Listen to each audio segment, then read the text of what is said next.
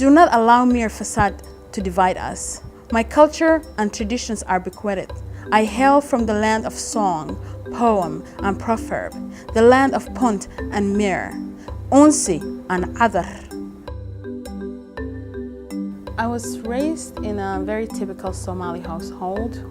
The typical family is not one of just the parents and children, but an extended family. So at any one time, we had, cousins, aunts, uncles, grandparents living with us. It was very busy households, just like any other Somali households are. My family started coming to the US in the 1980s, and then I came here in the 90s.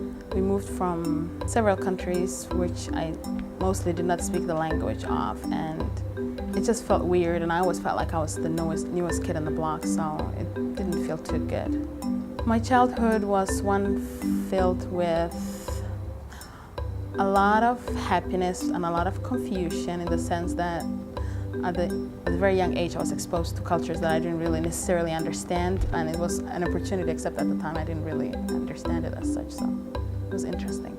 What stands out from my youth is education, education, education. Everywhere we went, it was all about how you were going to succeed and how you were going to do well in school, and how we were, no matter what my family was doing, I think the kids' education was always the most important thing. Since we lived in a different country, we would receive people from back home, and that was so interesting to me, just to see them tell stories and talk about the home and talk about the culture. So I think one of the first things that happens to a kid when they arrive here, that is from an immigrant basically, is the whole idea of trying to fit in and trying to sound like everybody else and trying to sort of join the mainstream American life.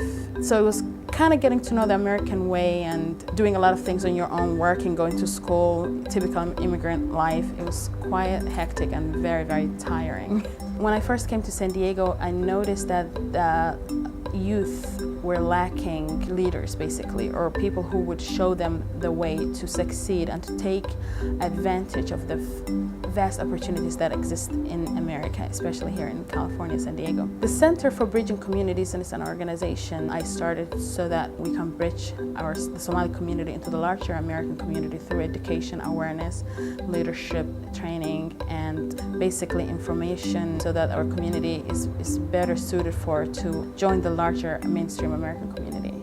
I chose to specifically work with the youth, Somali youth, so that we can prepare them to be the leaders of tomorrow. The Emerging Leaders Program is a program that brings together Somali girls to empower them and to educate them and to kind of prepare them to enter college. As a refugee community, most of these kids are coming from homes where the parents don't speak English, where the issue of education sort of takes a backseat to the many other challenges that are going on. We want our organization to be a place where every Somali person in the community can come to.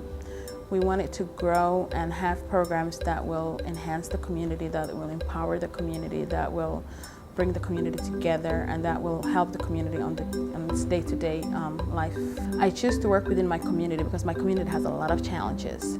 I am somebody who has been fortunate enough to have a fantastic life, and so I think it's time for me to give back to my community, and that's the reason I get involved. And how I see my future is to work with my community closely, as close as I am now, and for us to overcome some of the challenges, but to also meet other challenges that would probably be coming towards our community head on as a unified community. So my hope is for our community to come together and to unify and become one community that is a force to reckon with, because we're united.